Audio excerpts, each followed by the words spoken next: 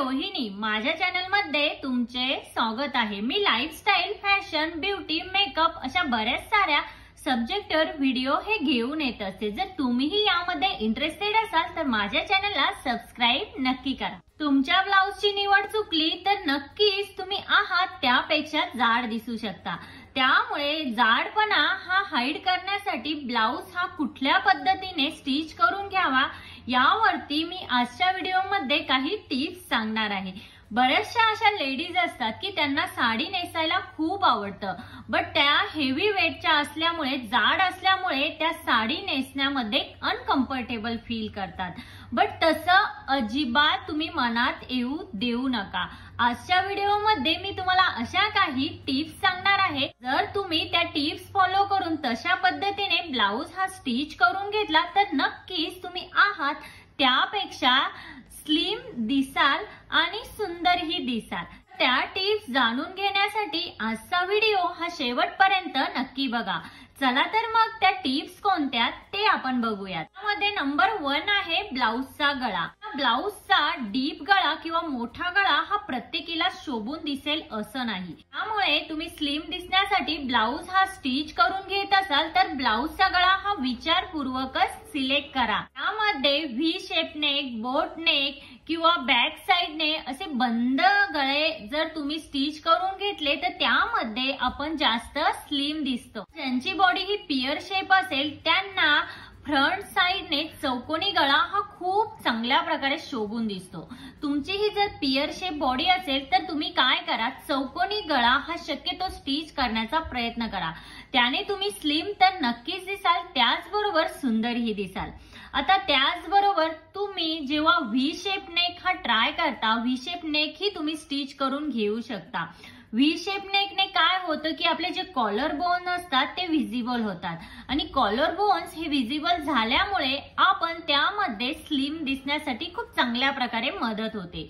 त्यामुळे शक्यतो blouse stitch करून घेताना तुम्ही व्ही शेप नेक ही स्टिच करून घेऊ शकता। त्याचबरोबर दुसरा आहे बोट नेक। आता बोट नेक जर तुम्ही स्लिम दिसण्यासाठी स्टिच करून घेत असाल तर तुम्ही गळ्याला चिकटून असा बोट नेक स्टिच करून घेऊ नका। काय होतं की तुम्ही जाड असता बरोबर, तर त्यासोबत तुमची मानेची उंची ही कमी असते। त्यामुळे जर तुम्ही गळ्याला चिकटून जर बोट नेक हा स्टिच करून घेतला तर त्यामध्ये तुम्ही आणखीनच विचित्र दिसाल। तर तुम्ही जाड असाल, तुम्ही स्लिम दिसण्यासाठी ब्लाउज स्टिच करून घेत असाल तर तुम्ही काय करा, बोट नेक हा थोडासा पसरट घ्या।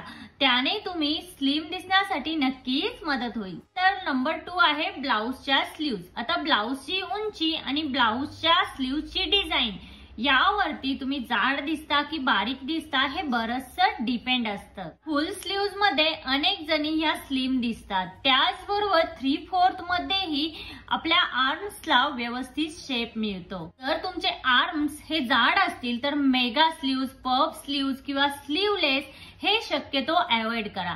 त्याने काय होतं की आपण आणखीनच जाड दिसतो। जर तुम्ही जाड असाल, तुमचे आर्म्स हे हेवी असतील तर तुम्ही काय करा, 3/4 स्लीव्ज ह्या ट्राय करा किंवा तुम्ही फुल स्लीव्जचे ब्लाउज ही स्टिच करून घेऊ शकता। जर तुम्ही फुल स्लीव्ज मध्ये कम्फर्टेबल नसाल तर तुम्ही नक्कीच 3/4 स्लीव्ज ह्या ट्राय करू शकता। आजकाल भरपूर साऱ्या डिझाईन्स या आलेल्या आहेत तर तुम्ही तशा प्रकारे स्लीव्जला डिझाईन्स ही करून घेऊ शकता। बट एक गोष्ट लक्षात ठेवा, तुम्ही स्लीवलेस किंवा शॉर्ट स्लीव्ज किंवा पफ स्लीव्ज असतात ह्या शक्यतो अवॉइड करा। तर नंबर 3 आहे ब्लाउजचं मटेरियल हे कसं असावं।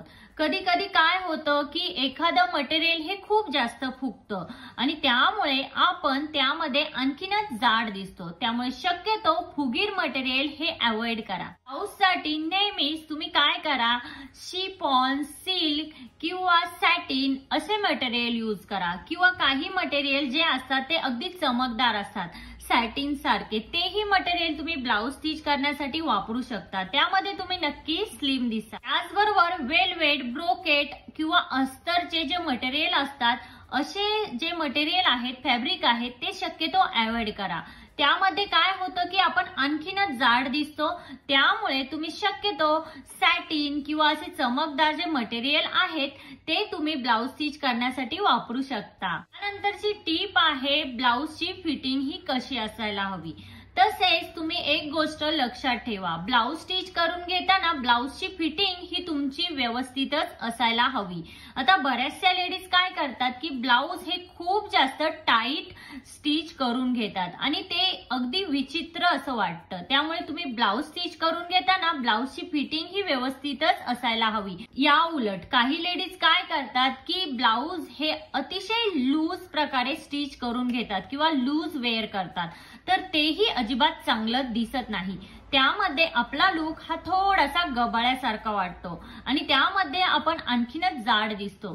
त्यामुळे शक्यतो ब्लाऊज स्टिच करून घेताना ब्लाऊजची फिटिंग ही परफेक्टच असायला हवी. त्यानंतरची लास्ट टिप आहे, आता जेव्हा तुम्ही ब्लाऊज स्टिच करून घेता तेव्हा शक्यतो ट्राय करा की तुमचा ब्लाऊजचं फॅब्रिक हे कॉन्ट्रास्ट मॅच असायला हवं.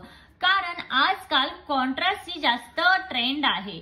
आजकाल साडीवर जो रनिंग ब्लाऊज पीस मिळतो तोही छानच दिसतो, बट जर तुम्ही कॉन्ट्रास्ट स्टिच करून घेतला तर तुम्ही अजूनच जास्त सगळ्यांमध्ये उठून दिसण्यासाठी मदत होईल.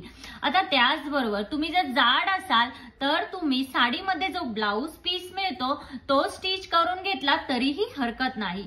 बट जर तुम्ही थोडासा मीडियम असाल किंवा तुम्ही बारीक असाल तर तुम्ही काय करा की तुम्ही कॉन्ट्रास्ट ब्लाऊज पीस हा सिलेक्ट करा आणि कॉन्ट्रास्ट ब्लाऊज हा स्टिच करून घ्या. त्यामध्ये तुमचा लुक हा खूपच सुंदर आणि क्लासी दिसण्यासाठी मदत होईल.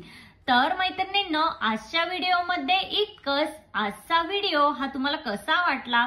आजचा व्हिडिओ जर तुम्हाला हेल्पफुल वाटला असेल तर लाईक, शेअर, सबस्क्राईब नक्की करा आणि तिथे जे बेल आयकॉन आहे ते प्रेस करा, जेणेकरून जेव्हा मी नवीन व्हिडिओ अपलोड करेन तेव्हा त्याचे नोटिफिकेशन हे सगळ्यात पहिल्यांदा तुम्हाला येईल. भेटूया अशाच एका नवीन व्हिडिओमध्ये. तोपर्यंत काळजी घ्या. Thank you everyone.